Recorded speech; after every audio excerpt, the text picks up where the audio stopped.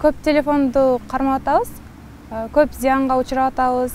Китеп окуу балдардын өнүгүүсүндө негизги ролду ойнойт. Китеп аркылуу алар маданиятка ээ болушат, сөз байлыгын өркүндөтүшөт. Ал эле эмес, келечектен өз ордун табуусунда да салымы зор. Ошол эле учурда китеп окубагандын арты туура жаза албаган, өз оюн түшүндүрө албаган, сабатсыз муундун өсүүсүнө шарт түзөрү талашсыз. Бул багытта жаштардын китеп окуусундагы көйгөйлөрүн сурап көрдүк. Китепке негизи кызыгуум өтө чоң. Бирок азыркы биздин заманга же болбосо коомго байланыштуу азыр көпчүлүк эле элдер китепти окубай калышты. Тагыраагы китепке эмес, компьютер, уюлдук аппараттарына көңүл буруп калышты. Сыңа кылычты окудум, Жаралган жүрөк, Маржан аралы, ошолорду окуп, Саманчынын жолу. Ошо эң кыйын ошо Саманчынын жолу болду да, onu 2-3 жолу окуп анан кийин түшүндүм. Onu dağın аудиокнигасını окуп, ошону угуп үйрөнө баштадым. Анын негизден эле проблема бул телефондон пайда болуп атат да. Телефондон пайда болгону негизден анча алаксытат, көп оюндар чыгып, ошого балдар көп эле алаксып кетет да, анан кийин китептер кызыксыз болуп кете береттер да. Баткенде деген китепкана, бир эле китепкана бар. Анан шарт жок. Шарт түзүп бериш керек балдарга. Азыр деген мына телефон деген чыккан. Көбүнчөсү телефонду өздөрүндө ыңгайлуу кылып иштетсе болот да, китептерди окуп телефондончу. Азыр андай эмес, наоборот, играларды ойноп, телефонду наоборот иштетишет да. Бири кара жөжө, экинчиси кызыл сары жөжө болчу. Кара жөжө эски жаш. Нурила Анарбаева адаби китептерди сүйүп окуган окурман. Анын 5000ден ашуун китептери бар. Окурмандын китеп окууга болгон кызыгуусу окуучу кезинен эле башталганын, ага мугалим эжекейинин тарбиясы таасир эткенин айтат. Китепке болгон кызыгуу ушу 5-классымда башталды. Себеби баягы адабият биринчиге кирет да. Анан ошондо адабияттан берген мугалимибиз Алыкул Осмонов жөнүндө Ырсабындагы өмүр деген китепти окуп берди. Ошондо Алыкул Осмоновдун баягы Мен тансам, ырдан танбайм деген ошол баягы 4 сабырын окудум. Анан Көл жөнүндөгү ырын окудум.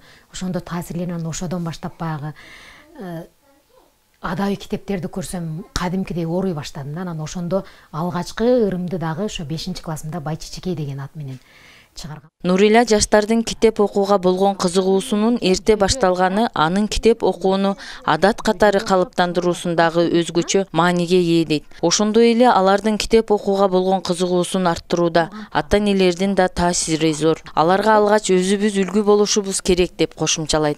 Ата-эне эмне жасаса, бала ошону жасайт. Мен китеп окуганда балдарым кошо китеп окуйт. Анан алар кызыгып жомок сураганда азыр эми биз баягы өтө жумушу көп кишилер болуп калдык да. Кое турчу мен чарчадым дебестен ошону мүмкүн болушунча жомок айтып бериш керек да. Азыр менин мисалы үчүн кыздарым жомок айтып бериңиз дейт, 2 жомокту айтып чарчадым, уктайынчы дегениңде, анда мен жомок айтып берейин, угуңуз сиз дейт да. Уктап калбаңыз, көзүңүздү ачыңыз депчи. Демек балдарыбыз биз жасаганды жасайт. Биз телефон менен алек болуп аларды укпай атсак, алар сөзсүз телефон көрөт.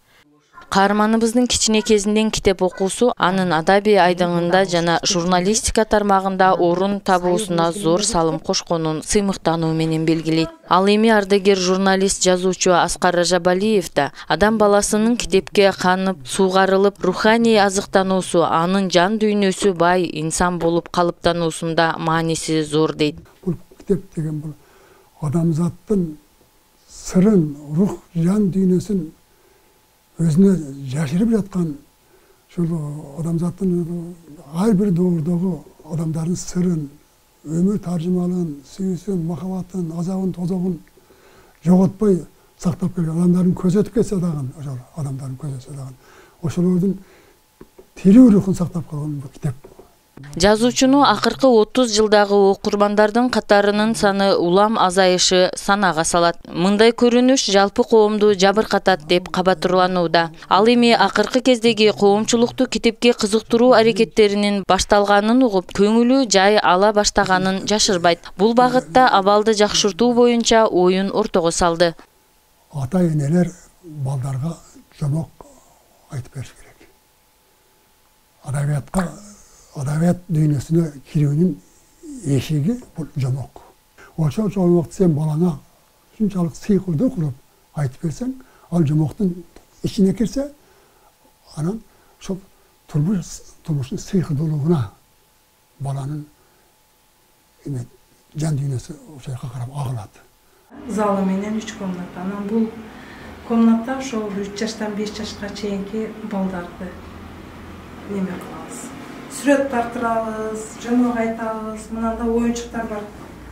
Жаш муунду китеп окууга тартуу максатында Чек айылынын тургуну Халинса Асанова айылга китепкана ачкан. Айыл өкмөтүнөн чакан имарат алып, өз үйүндөгү китептерди жайгаштырган. Ар кандай иш-чараларды уюштуруу менен кайдыгер эмес тараптардын колдоосу аркылуу китептин санын көбөйтүүгө жетишип, окурмандары да арта баштаганын айтат. Негизинен окурмандар Чек орто мектебинин окуучулары, детсаттын эжекелери, мектептин эжекелери, мугалимдери.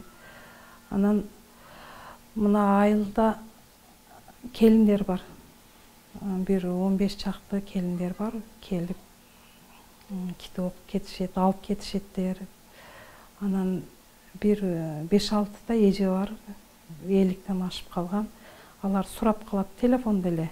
Ушундай китеп барбы деп, анан ошолорго ылайыктуу китептерди үйлөргө апарып берем.